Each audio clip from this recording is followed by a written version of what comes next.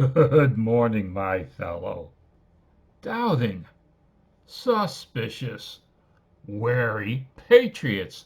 I'm going to go through a plethora of stories today. Now, I don't script these stories.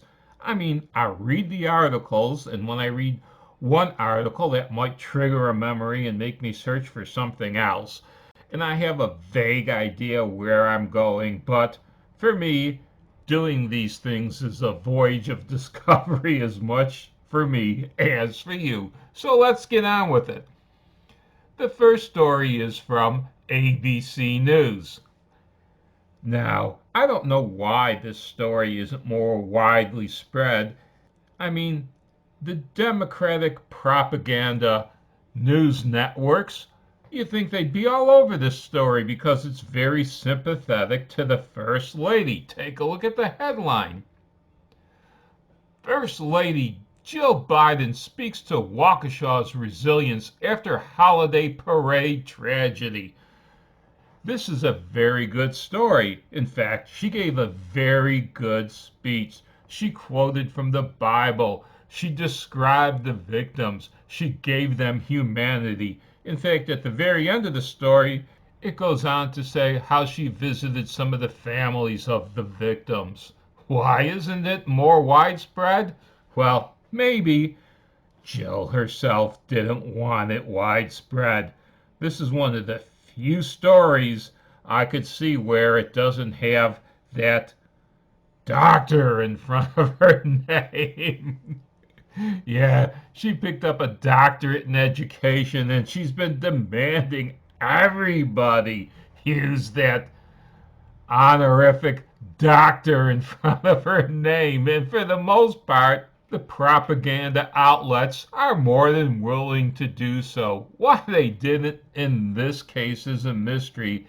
This was a very good moment for Jill. She was much more well spoken than the president has been in the last, well, half a decade anyway. But I really know why this hasn't been more widespread. It's in the title, Waukesha. Now, Jill calls this thing a tragedy. It's also been described as a horror, a massacre. But do you know what it's never been described as? A hate crime.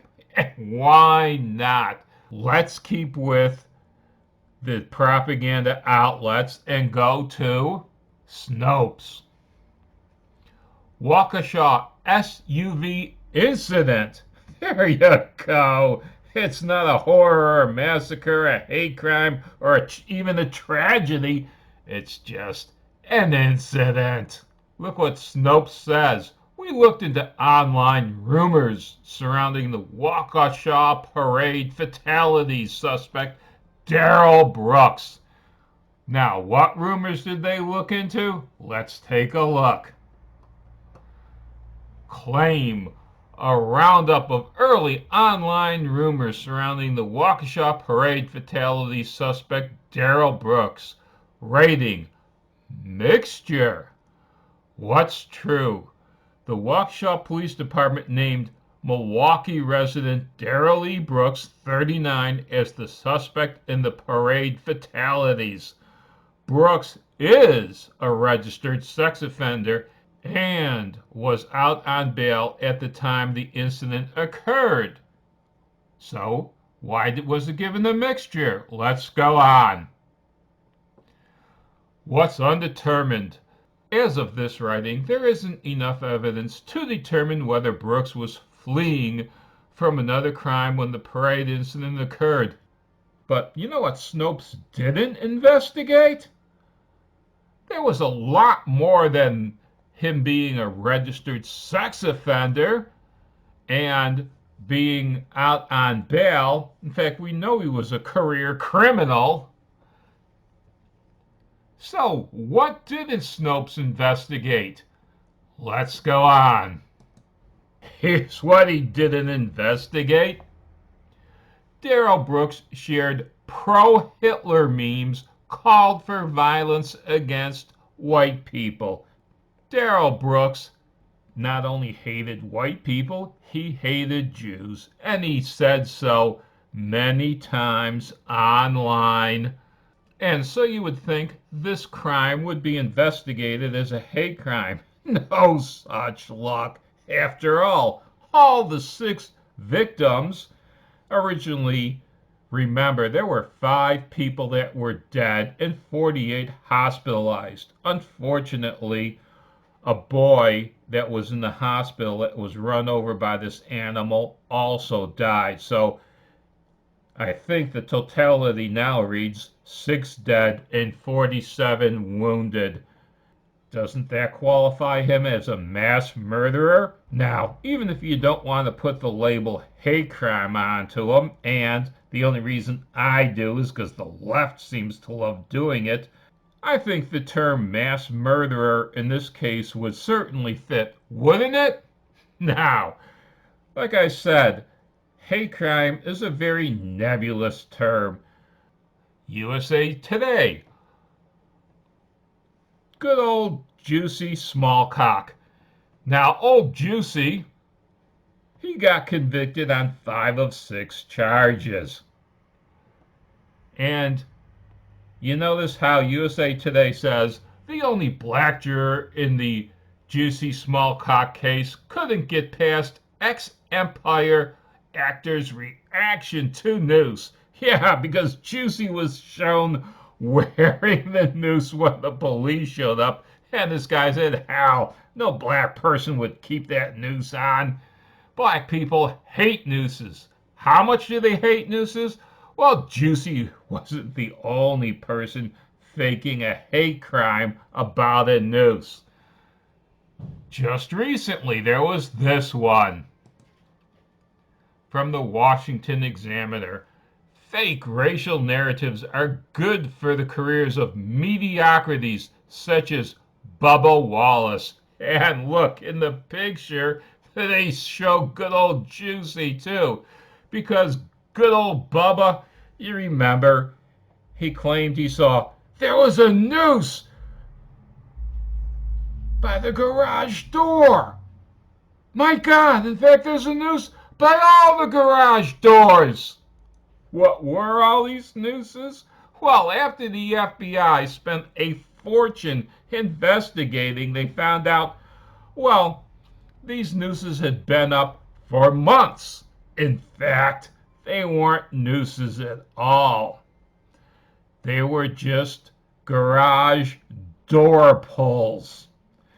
You see, good old Bubba, he is a mediocre NASCAR driver.